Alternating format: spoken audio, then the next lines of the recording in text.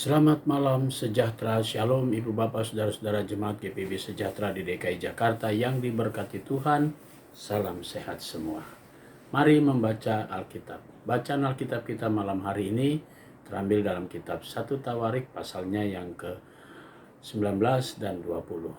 Siapkan Alkitab kita berdoa. Kami bersyukur kepada Tuhan Yesus karena Engkau sudah menyertai perjalanan hidup kami sampai malam hari ini. Bahkan selama sepekan kami dapat menikmati kasih sayang Tuhan. Sebelum kami memasuki tidur malam kami akan membaca Alkitab. Karuniakanlah kepada kami semua kuasa roh Tuhan yang akan menguatkan tubuh kami yang lemah sehingga kami semua fokus dalam pembacaan Alkitab. Kami alaskan doa kami malam ini dan syukur kami dalam nama Tuhan Yesus Kristus yang adalah juru selamat kami yang hidup. Amin. Bacaan Alkitab malam ini diambil dari 1 Tawarik pasalnya yang ke-19 dan pasalnya yang ke-20. Pasal 19. Daud berperang melawan Bani Amon dan orang Aram. Sesudah itu matilah Nahas raja Bani Amon, lalu anaknya menjadi raja menggantikan dia. Lalu berkatalah Daud, aku akan menunjukkan persahabatan kepada Hanun bin Nahas, sebab ayahnya telah menunjukkan persahabatan kepadaku. Sebab itu Daud mengirim utusan untuk menyampaikan pesan turut berduka cita kepadanya karena kematian ayahnya. Tetapi ketika pegawai-pegawai Daud sampai ke negeri Bani Amon itu, kepada Hanun untuk menyampaikan pesan turut berduka cita kepadanya, berkatalah pemuka-pemuka Bani Amon itu kepada Hanun, apakah menurut anggapanmu, Daud hendak menghormati ayahmu, karena ia telah mengutus kepadamu orang-orang yang menyampaikan pesan turut berduka cita. Bukankah dengan maksud untuk menyelidik, untuk mengintai dan menghancurkan negeri ini, maka pegawai-pegawainya datang kepadamu. Lalu Hanun menyuruh menangkap pegawai-pegawai Daud itu. Disuruhnya mencukur mereka dan memotong pakaian mereka pada bagian tengah sampai pangkal paha. Kemudian dilepasnya mereka. Ketika mereka berjalan pulang, diberitahukan kepada Daud tentang orang-orang itu. Lalu disuruhnya orang menemui mereka, sebab orang-orang itu sangat dipermalukan. Raja berkata, tinggallah di Yeriko sampai janggutmu itu tumbuh, kemudian datanglah kembali. Setelah dilihat Bani Amon bahwa mereka telah membuat dirinya dibenci oleh Daud, maka Hanun dan Bani Amon itu mengirim 1.000 talenta perak untuk menyewa kereta dan orang-orang berkuda dari Anam Mesopotamia, dari Aram Maka, dan dari Aram Zoba. Mereka menyewa 32.000 kereta serta raja negeri Maka dengan tentaranya yang datang berkemah dekat Mardeba. Juga Bani Amon itu berkumpul dari kota-kota mereka dan datang untuk berperang. Ketika Daud mendengar hal itu, disuruhnyalah Yoab maju dengan segenap tentara dan pahlawan. Lalu Bani Amon maju, diatur barisan perangnya di depan pintu kota, sedang raja-raja yang ikut datang ada tersendiri di padang.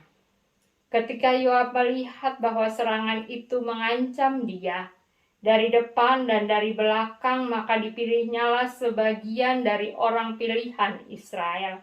Lalu ia mengatur barisan mereka berhadapan dengan orang Aram itu. Selebihnya dari rakyat itu ditempatkannya di bawah pimpinan Abisai adiknya, dan mereka mengatur barisannya berhadapan dengan Bani Amon itu. Lalu berkatalah Yoab, jika orang Aram itu lebih kuat daripadaku, maka haruslah engkau menolong aku.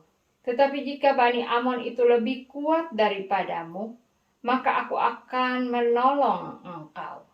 Kuatkanlah hatimu dan marilah kita menguatkan hati untuk bangsa kita dan untuk kota-kota Allah kita. Tuhan kiranya melakukan yang baik di matanya. Lalu Yoab dan tentara yang bersama-sama dengan dia maju menghadapi orang Aram untuk berperang, dan orang-orang itu melarikan diri dari hadapannya. Ketika Bani Amon melihat bahwa orang Aram sudah melarikan diri, maka mereka pun larilah dari hadapan Abisai adik Yoab dan masuk ke dalam kota. Sesudah itu Yoab pulang ke Yerusalem.